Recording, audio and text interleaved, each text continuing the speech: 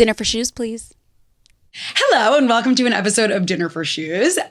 Today we are talking about a little bit of a hot button, like the button on your jeans topic. Well, we're talking about Sydney Sweeney's American Eagle jeans ad, yes, but we're talking big picture about problematic celebrity fashion campaigns and collaborations and kind of like how we process them, how we react to them, and about the general response to them. That was very smooth, my love, very smooth.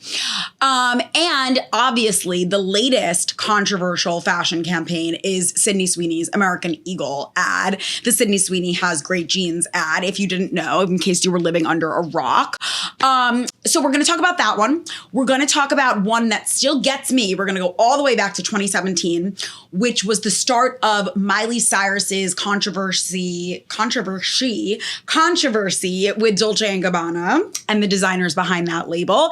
And we're going to talk about Bella Hadid and Adidas, which was like basically last year at this time. So those are like three campaigns. Obviously, these happen all the time, whether it's the celebrity who made a remark that received backlash and then a brand chooses to work with that celebrity, or vice versa, the celebrity chooses to work with a brand that's not necessarily in the best light, given the political climate or the cultural zeitgeist.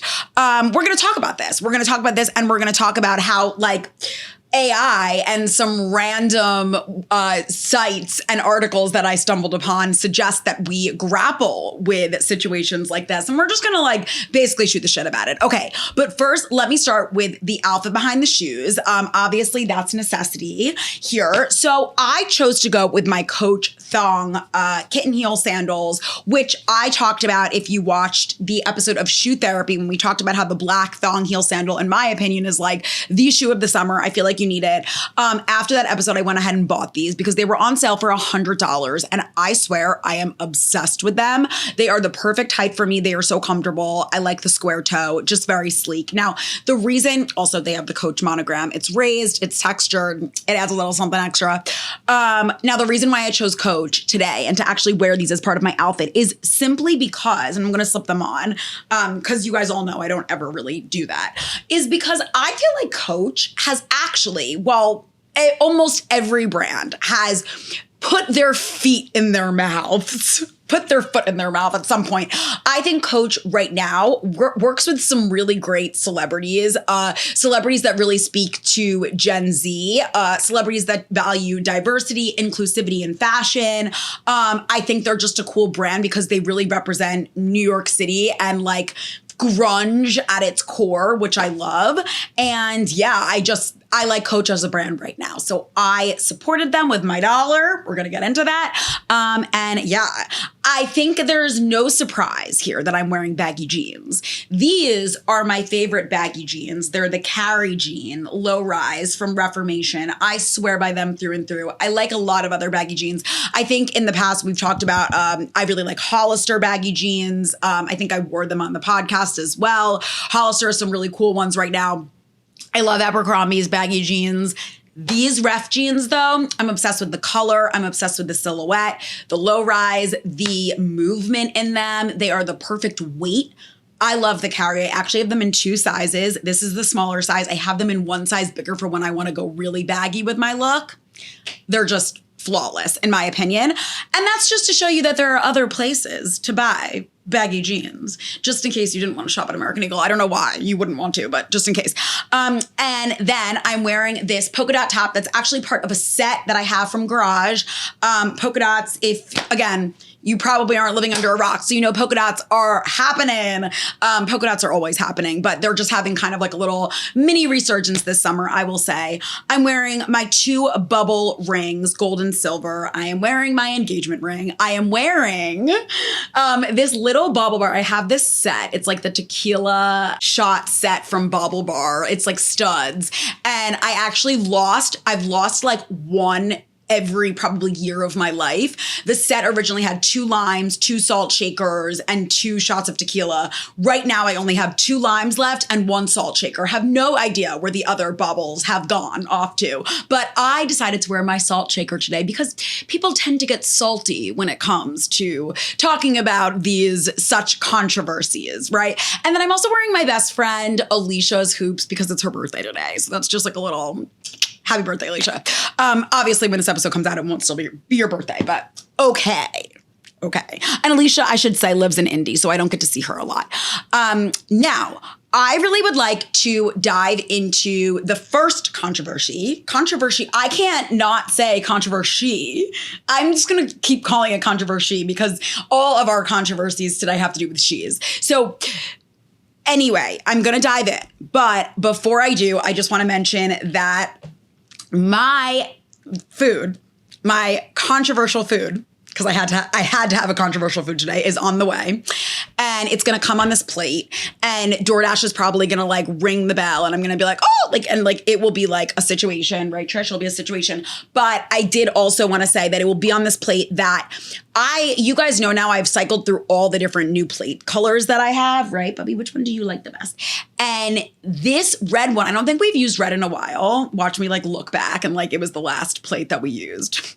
But Nick was over here 2 seconds ago and I was like, Nick, what plate should I use today? And he said red and I was like, no way. I was going to say red too, and that's why we're getting married. Okay, so let's dive into Sydney Sweeney. Okay, so this campaign, Sydney Sweeney Has Great Jeans. What a clever name for a campaign, first of all, let me just say. It broke on July 23rd. Forbes, I read a very interesting and enlightening Forbes article, which I will link in the description here. They report that American Eagle needed the boost after their first quarter. Revenues were down 5% to $1.1 billion. And it ended last year, the brand ended last year with only 1% growth to $5.3 billion. This campaign, and you will see this mentioned all over the place, was in an effort to sell jeans. Sex sells. Sydney Sweeney's body sells jeans, okay? Clearly we know that, and it worked. And we're gonna talk about that and how it worked in just a sec. But in the video, Sydney says, and we don't need to replay it because you guys have all seen it, genes are passed down from parents to offspring, often determining traits like hair color, personality, and even eye color. My genes are blue.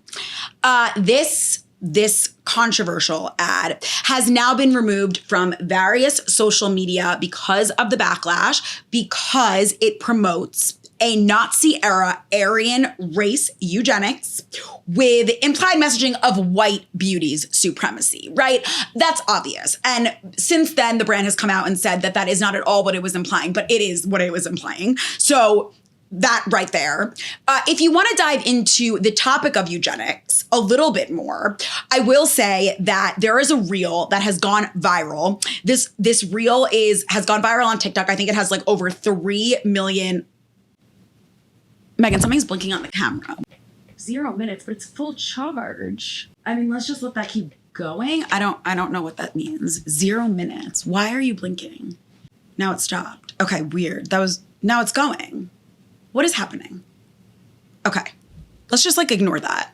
Oh, hi, that thing happened again where I didn't realize that my memory card was getting out of storage space. So we're recording on the fucking photo booth. All right, let's just pretend like this is good quality, same quality. And that cut didn't happen, okay? All right, we're gonna dive back into it. We're gonna dive back in. Okay, so let's keep going. Let's just pull up our notes. Everything's fine, Sarah. Okay, so I was talking about the reel on eugenics that went viral by Siantini. Siantini is the author of middle grade and young adult books. In this reel, she shed some light on how the ad plays into the important conversation on race, health, and narrative. And it is a little bit of a longer reel, but I highly suggest that you check it out. I will link it here. What's also super important to mention is American Eagle's response, right?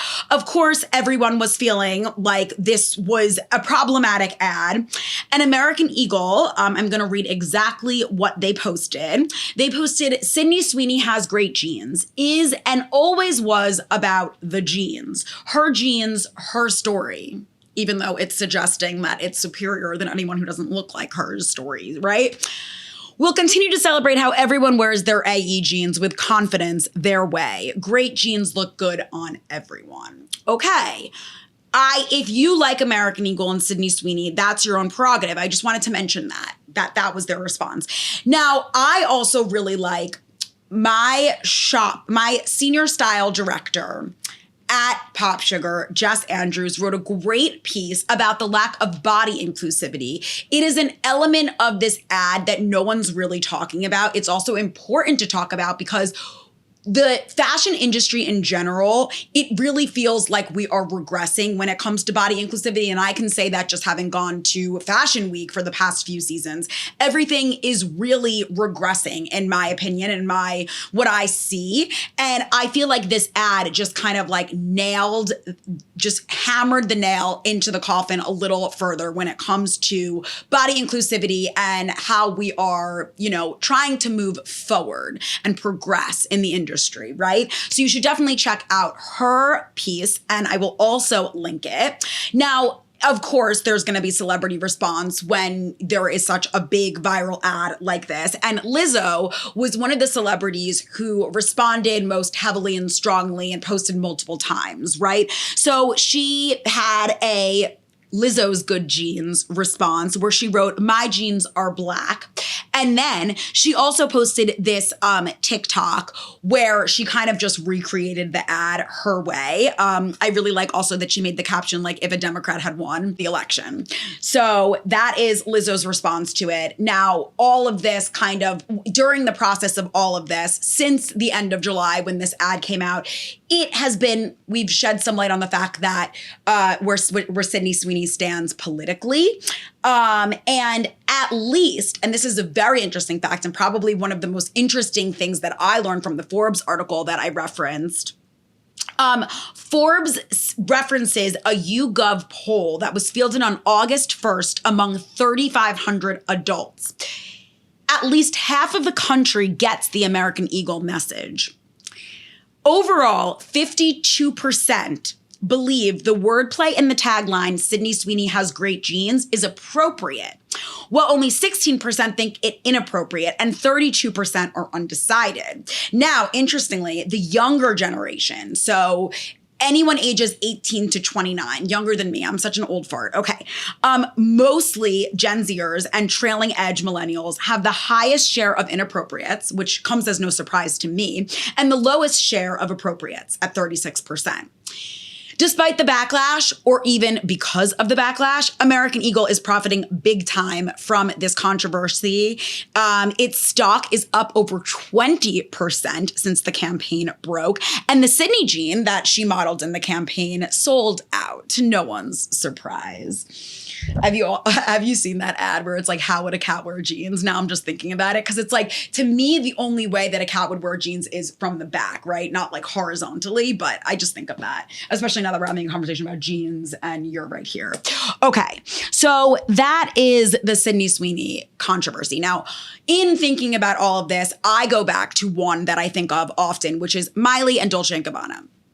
Okay, so if you didn't know, there was a feud way back in 2017 with Miley and Dolce & Gabbana. There was pretty much a public disagreement. Cyrus expressed disapproval of the brand's politics while praising her brother Brayson's debut as a model for them. So Brayson Cyrus walked the runway for Dolce & Gabbana. Miley posted a photo, which doesn't exist on her feed anymore, but there were screenshots taken of it. And the photo it's a celebration of Brayson's work and just the fact that Dolce & Gabbana had him and cast him in their runway show, right? But she really couldn't hold herself back from making a political statement here. And we're going to talk a little bit about Dolce & Gabbana's politics. And she wrote, "Congrats, Brayson Cyrus, on walking in your first runway show. It is a Cyrus family trait to try everything once within reason, and to embrace opportunities that encourage you to step out of your comfort zone. We believe in trying something new every day. I love you, Prince Sugar Bear. And seriously, congratulations on your experience. experience. I am so proud of you always, from Nashville to Italy, because the runway show was in Italy. Okay, then she continued and wrote, P.S. D&G, I strongly disagree with your politics, but I do support your company's effort to celebrate young artists and give them the platform to shine their light for all to see. Now, it is known that designer Stefano Gabbana responded by criticizing Miley almost immediately and stating that they would no longer work with her brother because of what she wrote on social media. The incident also highlighted the larger controversy surrounding the Dolce & Gabbana brand. They willingly dressed Melania Trump during the campaign. And the most problematic thing to me, honestly, is both designers' commentary about IVF and just in general about gay adoption. Now, basically, Stefano posted on Miley's post and commented back and just wrote ignorant while declaring they would no longer work with Bryson. The core of the issue, like I said, really sheds light on where the designers stand politically. This wasn't the first time that Dolce & Gabbana faced backlash. Actually, there is a really great video posted by Haute La Mode that is all about D&G's problematic history. I will link that here if you're really curious about the brand and their support. Now, they had previously been criticized for their comments about gay adoption and IVF, and they ironically created a Boycott Dolce & Gabbana t-shirt on the runway and a hashtag in response. Now, what exactly did they say? So what they said is that children born with the assistance of IVF are synthetic and chosen from a catalog. So that was basically their loose remarks that they made.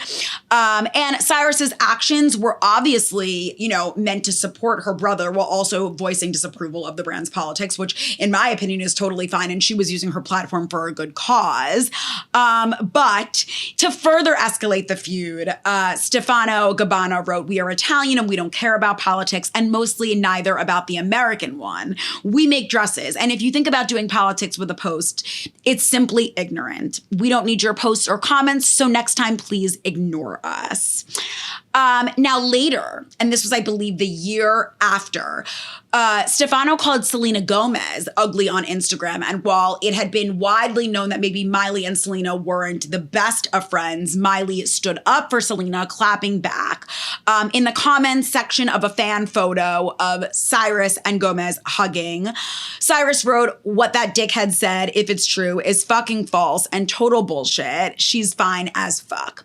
Now, all of this is wonderful and great, and I had known that happened, and I was like, go Miley, and whatever. But fast forward to fall 2024, and Miley was modeling in an eyewear campaign for Dolce & Gabbana. This is something that was not really talked about and went widely ignored. She wrote a track for it. No one talks about this. And it was so known that she had a feud with Dolce & Gabbana. And that it kind of rubs me the wrong way. And I think, in the Miley episode that I posted a few weeks back or a few episodes back, I talked about how, I do love Miley. I love the person Miley's become. I've really enjoyed watching her grow. But just because you really love a celebrity, and I will say that, I think Miley is up there with some of my top 5 favorite celebrities, doesn't mean that you always support what they do or what they say or the way they bounce back and forth, right? So now Miley's in the eyewear campaign. She still has these Dolce & Gabbana ads on her Instagram, and that's that. Hush, hush. Everything brushed under the rug. It's not like Stefano Gabbana doesn't still head up that brand. So she's still being, she's still in the same space as Dolce & Gabbana there, right? Where's your sister? Where's your sister? Because we are going to talk about Bella Hadid and Adidas next before I eat. And I want Kit to come out. I want Kit. I see her. She's basically, again, hiding behind the curtain. We're going to get her to come out when I eat my pizza, which you guys now know about. Okay, let's talk about Bella Hadid and Adidas too, because this is another one. This is another one that is very interesting to me. And I think that there are some undertones in this controversy that haven't been fully... That's my tattoo. The way she just stretched is literally my tattoo. Do it again. Do it again. I love it. I love when she stretches like that. But basically, I think that there are some undertones that haven't fully come to light and been exposed within all of this. Now, this campaign launched about a year ago. It was Bella Hadid for Adidas. It had unintentional, according to the Adidas brand, connections to the 1972 Munich Olympics. Now, it was advertising the retro trainers, the SL72s, appropriately. But it referenced the 1972 Munich Olympics, which saw 11 Israeli athletes and a German police officer killed in the attack by a Palestinian group called Black September. Now, if you follow Bella Hadid, if you know about Bella Hadid and where she stands when it comes to important issues, she is pro-Palestine. It's easy to see just by clicking on her Instagram feed. She has a lot of things pinned about it. Pretty much in every caption she posts, she's very clearly and explicitly pro-Palestine. And I should also mention that she donated money to support relief efforts in Gaza. Adidas subsequently apologized after this came to light. And they said they would revise the campaign. And Bella was removed from the campaign. And Bella was very upset that all of this kind of reference without her knowledge. When she agreed to be part of the Adidas campaign, she didn't realize that it was in reference to the Olympics. And she actually wrote on her Instagram story, "I would never knowingly engage with any art or work that is linked to a horrific tragedy of any kind. In advance of the campaign release, I had no knowledge of the historical connection to the atrocious events in 1972. I do not believe in hate in any form, including anti-Semitism. That will never waver, and I stand by that statement to the fullest extent. Connecting the liberation of the Palestinian people to an attack so tragic is something that hurts my heart. Palestine is not synonymous with terrorism, and this campaign unintentionally highlighted an event that does not represent who we are."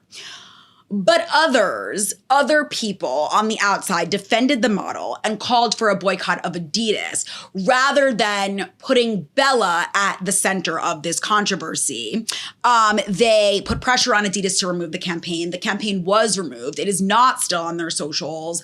It is difficult to find the images. The images still exist, of course, and were widely circulated when the campaign came out. But basically, this just goes to show that the reactions can be very different, right? Depending on what the controversy is and whether or not we continue to support the celebrity or whether or not we continue to support the brand and how long we really boycott the brand for. I mean, in my opinion, Dolce & Gabbana is fully supported by so many people now. There are so many people wearing vintage Dolce & Gabbana whose politics I admire. And it's very difficult to know what to do here. How do we progress? Do we decide we are never going to wear that brand again? I mean, this is a very big hot button topic. And it even comes down to just like the ethics of a brand too, right? Like wearing a brand like Zara, a brand that we know doesn't have the best working conditions, isn't made and manufactured in a way that we necessarily support. And yet people still continue to wear it. But these are celebrities and they have a very large platform. And the question of how we proceed and what we think of them and if our opinions should change or if their reputations should change just because of how big they are and their platforms and the fact that they literally, this is their job, this is how they get paid, it is confusing. I read an article on Medium called Ethical Considerations in Celebrity Endorsements, and I believe this article was written in 2023. It pulls from a few different reliable sources, and I just think it's a really interesting article to check out. It basically just like states the facts, kind of like in summary of what I just said about how I feel about all of this. But I will read a portion from the conclusion, which just says, the ethical consequences of celebrity endorsements necessitate serious thought about openness, honesty, and social responsibility. Celebrities must have a true connection to the items they promote in order to preserve credibility and trust. When inconsistencies develop, marketers should emphasize openness and responsibly resolve the matter. Establishing clear limits between implication and dishonesty while taking into account the influence of supply chain operations aids in ensuring ethical business processes. Even AI gives us some suggestions because after like doing all of this research and just reflecting and thinking back on these various campaigns and fashion's ties to celebrities, I was just like, what do you do when a celebrity endorses a brand and you either don't necessarily agree with that celebrity's values or that brand's values? How do we proceed? So I basically just Googled it. And of course, now we all know that Google generates AI responses. And they gave me tips. And I feel like I've done this before in another episode, but I'm just going to kind of like read them out loud. I haven't even really read them yet and process them here and now. So the first tip is express your opinion respectfully. You have the right to disagree with the celebrity's choices. You can share your concerns about the brand on social media or other platforms. However, avoid personal attacks on hateful language. Remember that your goal is to share your opinion, not to engage in destructive behavior. And I think I agree with that. I think it's fun and fair, and maybe not fun, but fair to have this conversation like the one that we're having right now. Freedom of speech, right? You have every right to post about what you agree with and what you don't agree with and which celebrity you agree with or don't agree with. Oh my God, that's my phone making that, doing that light. And I'm surprised Trish isn't trying to follow it because do you see her doing that? Where's the light? This is like that time of day where she gets so crazy over the light. All right, well, I know you do. I know you do. I know you do. Focus on the brand, not just the celebrity. When expressing your concerns, direct your criticisms toward the company itself rather than solely blaming the celebrity. And I do agree with that too. I think it goes both ways. I mean, it was Bella's responsibility, in my opinion, just to reference that campaign again, to research what the campaign was in reference to and the Olympics in general, right? And to have an understanding before she committed to it. And in processing the visual effect of the ad, deciding whether or not she felt comfortable, right? So she did have responsibility there, but it was also, of course, even more so Adidas's responsibility to be clear about what happened at the Olympics, and especially convey that to Bella and her team, right? And these are just things that we can take with us when we go. Support brands you align with. Instead of focusing on the brands you dislike, use your purchasing power to support companies that align with your values. And that's a good one too. I feel like that just makes sense. Like focus on the positive, not the negative. There are so many fashion brands in the world. You don't have to support or wear them all or love them all. Learn about the brand and its practices. Research the reasons behind your dislike of the brand. Understanding the issues can help you voice your concerns more effectively. And use social media to engage in a constructive dialogue. Obviously, Twitter, X, Instagram, TikTok. You can basically explore other people's opinions. You can learn. You can educate yourself. You can see why a celebrity is endorsing a brand if there is that information out there, and just do some research through hashtags and tags in general to better understand and broaden your reach. And then they also just listed some important reminders. I love AI. They're like, so it's like everything's like so obvious, but also like helpful weirdly. Basically what they say is the celebrity's decision is their own. Celebrities have the freedom to endorse the products or causes they choose. Authenticity matters. Consumers value genuine endorsements. Do we really think Sydney Sweeney wears American Eagle jeans? I'm just wondering. Okay. If a celebrity isn't actually using a product they're promoting, it can raise ethical concerns. Sydney wasn't even really using those jeans. She was taking them off. I'm just saying. Be aware of FTC guidelines.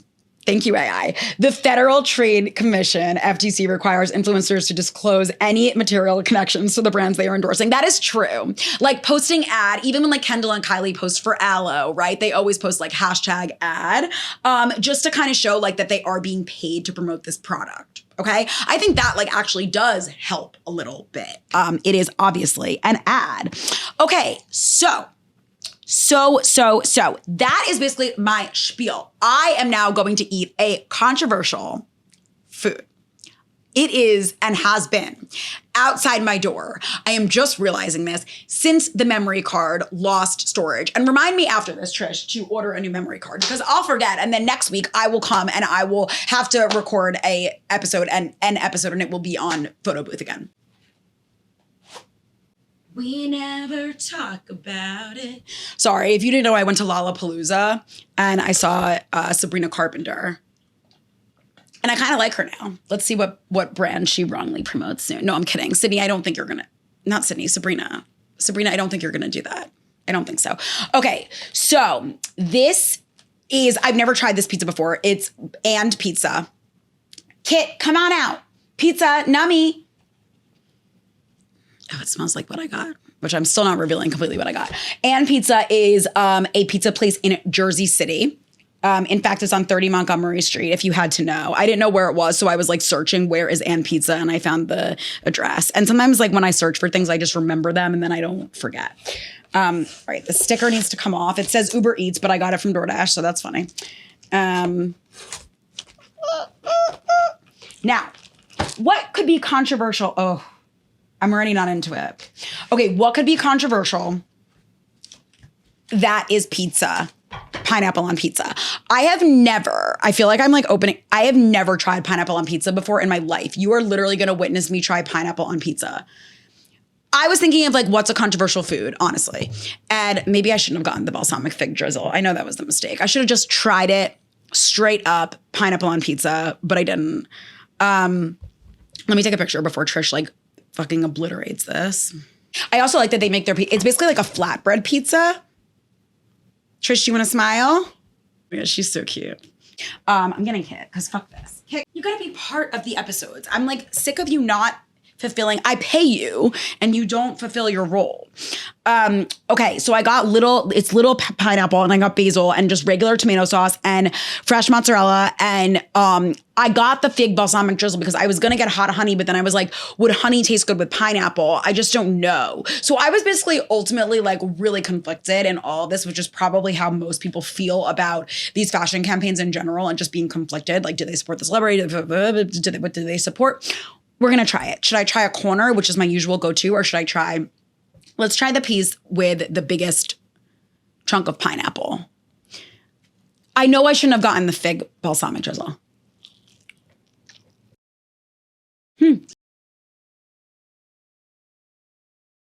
Wait, I kind of like this. I'm kind of into this. Pineapple on pizza is kind of good. This is weird. And I actually think the balsamic drizzle kind of added something to it. Okay. Let me like process this. So you learn something new every day. This is what I think. I think that the little pieces of pineapple is cool. If they were like the pineapple slices, like the big pineapple slices, and that would like overtake my bite. You know what I'm saying?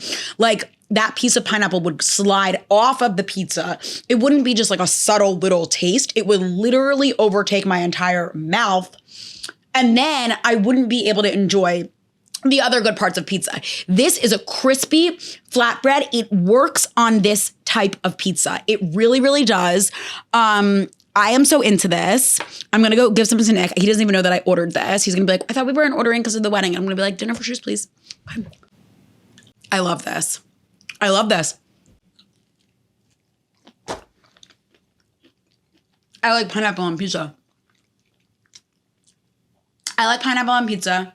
And you can buy baggy jeans at other places, not just American Eagle. Okay, love you guys. I am so sorry about the situation with the camera. Bye, be good. I promise I'm gonna go get a new memory card right now. Peace.